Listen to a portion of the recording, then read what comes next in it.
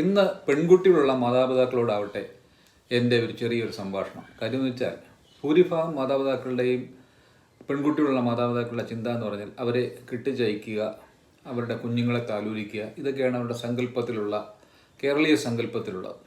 വാസ്തവത്തിൽ ലോകം ഒരുപാട് പുരോഗമിച്ചു എന്നുള്ളത് നിങ്ങളോട് പറയാതിരിക്കാൻ സാധ്യമല്ല.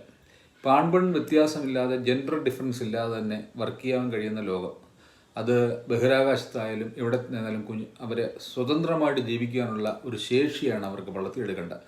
അതിൽ കുറേ ക്രിയേറ്റീവായിട്ടുള്ള ശേഷികൾ. ഞാനും 2 പെൺകുട്ടികളുടെ പിതാവാണ്. പെൺകുട്ടികൾ ക്രിയേറ്റീവായിട്ട് അവർക്ക് ഒറ്റയ്ക്ക് സഞ്ചരിക്കാനുള്ള ധൈര്യം, അവർക്ക് കാർ ഓടിക്കാനുള്ള ധൈര്യം, കാർ ഓടിക്കുവാനുള്ള കഴിവ്, ഒരു സ്ഥലത്തേക്ക് മറ്റു സ്ഥലത്തേക്ക് മൂവ് ചെയ്യാനുള്ള സാധ്യത, ഒറ്റയ്ക്ക് അവരെ യാത്ര ചെയ്യാൻ അയക്കുക, അവർക്ക് പഠിക്കുന്നിടത്തോളം അവർക്ക് പഠിക്കാൻ കഴിവുള്ളത്തോളം അവരെ പഠിക്കാൻ സഹായിക്കുക, സ്വന്തം കാലിൽ നിൽക്കാൻ സഹായിക്കുക. നാളെ കെട്ടിച്ചു വിടുമ്പോൾ അവനൊരു ദുഷ്ടനാണെങ്കിൽ അവൻ്റെ ആട്ടും തുപ്പും കൊണ്ട് അവിടെ നിൽക്കുവാൻ ഇടയാകാത്ത രീതിയിൽ അവർക്ക് വേണ്ട ട്രെയിനിങ് കൊടുത്തയക്കണം എന്നുള്ള പറയുന്നൊരു പിതാവാണ്. ഒരു സെക്കൻഡ് പോലും ഒരു ദാമ്പത്യ ബന്ധങ്ങളിൽ അഡ്ജസ്റ്റ്മെൻറ്റ്സുകൾ അത്യാവശ്യമാണ്.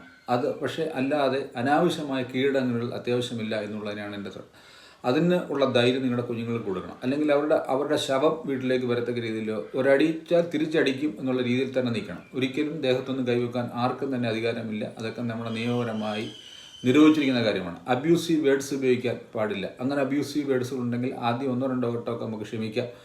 പറഞ്ഞിട്ട് മനസ്സിലാവാത്തതില്ല ആ ബന്ധങ്ങളിൽ നിന്ന് പുറത്തു വരാനുള്ള കഴിവ് നമ്മുടെ കുഞ്ഞുങ്ങൾക്ക് നമ്മൾ പകർന്നു കൊടുക്കേണ്ടത് വളരെ അത്യാവശ്യമാണ്.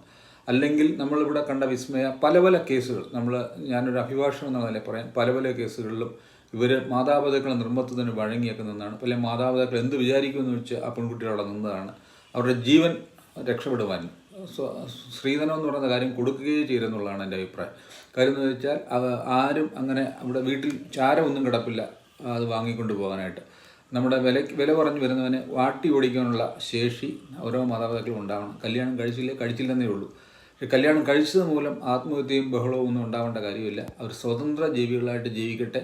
അവരുടെ കുറ്റങ്ങളും കുറവുകളും ഒക്കെ അക്സെപ്റ്റ് ചെയ്യുന്ന ആരെങ്കിലും ഉണ്ടെങ്കിൽ മാത്രം അവരെ കല്യാണം കഴിപ്പിച്ചു കൊടുത്താൽ മതി. അല്ലെങ്കിൽ അവരുടെ കുറ്റങ്ങളും കുറവുകളും മാത്രം കണ്ടെത്തുന്നുണ്ടെങ്കിൽ അവർ തീർച്ചയായിട്ടും നമ്മൾ അവോയ്ഡ് ചെയ്തേക്കുക. യാതൊന്നും സംഭവിക്കത്തില്ല. സ്വതന്ത്ര ജീവികളായിട്ട് ജീവിക്കുക. അവർക്കൊരു ഇണയും തുണയും വേണമെന്നൊന്നും അത്യാവശ്യമൊന്നുമില്ല ഈ ലോകത്ത്. നല്ലത് വരികയാണെങ്കിൽ മാത്രം, നല്ലൊരു ബന്ധമാണെങ്കിൽ മാത്രം നമ്മൾ നടത്തുക എന്നുള്ളതാണ് എല്ലാ മാതാപിതാക്കളോടും പറയാനുള്ളത്. അല്ലാതെ അവരുടെ ജീവിതം കുരുതി കൊടുക്കരുത്. ജീവിതം എന്ന് പറഞ്ഞാൽ മാരേജൊക്കെ ഒരു ആസ്പെക്റ്റ് മാത്രം. ഒരു ജീവിതം പല എതിളുകളിൽ ഒരു എതിൾ മാത്രമാണ് ഒരു കല്യാണം എന്നൊക്കെ പറഞ്ഞു. കല്യാണം കഴിച്ചാലേ ജീവിക്കാൻ പറ്റൂലേ ചോദിച്ചാൽ തീർച്ചയായിട്ടും ജീവിക്കാം. സ്വതന്ത്ര ജീവികളുടെ ജീവിക്കാം. അതൊക്കെ നമ്മുടെ ചിന്താഗതിയിൽ വരുന്നത്. Nothing is good or bad, thinking make it so. നമ്മുടെ ചിന്തകൾ അങ്ങനെയൊക്കെ ചിന്തിച്ചെടുക്കുന്നത്. എന്നിട്ട് അവരെ ബലി കൊടുക്കരുത്. സ്വതന്ത്രമായിട്ട് പഠിക്കുക, അവരെ പഠിപ്പിക്കാൻ അനുവദിക്കുക. ഞാൻ വിശദമായ ഒരു വീഡിയോ ഇതിനെക്കുറിച്ച് ചെയ്യുന്നു.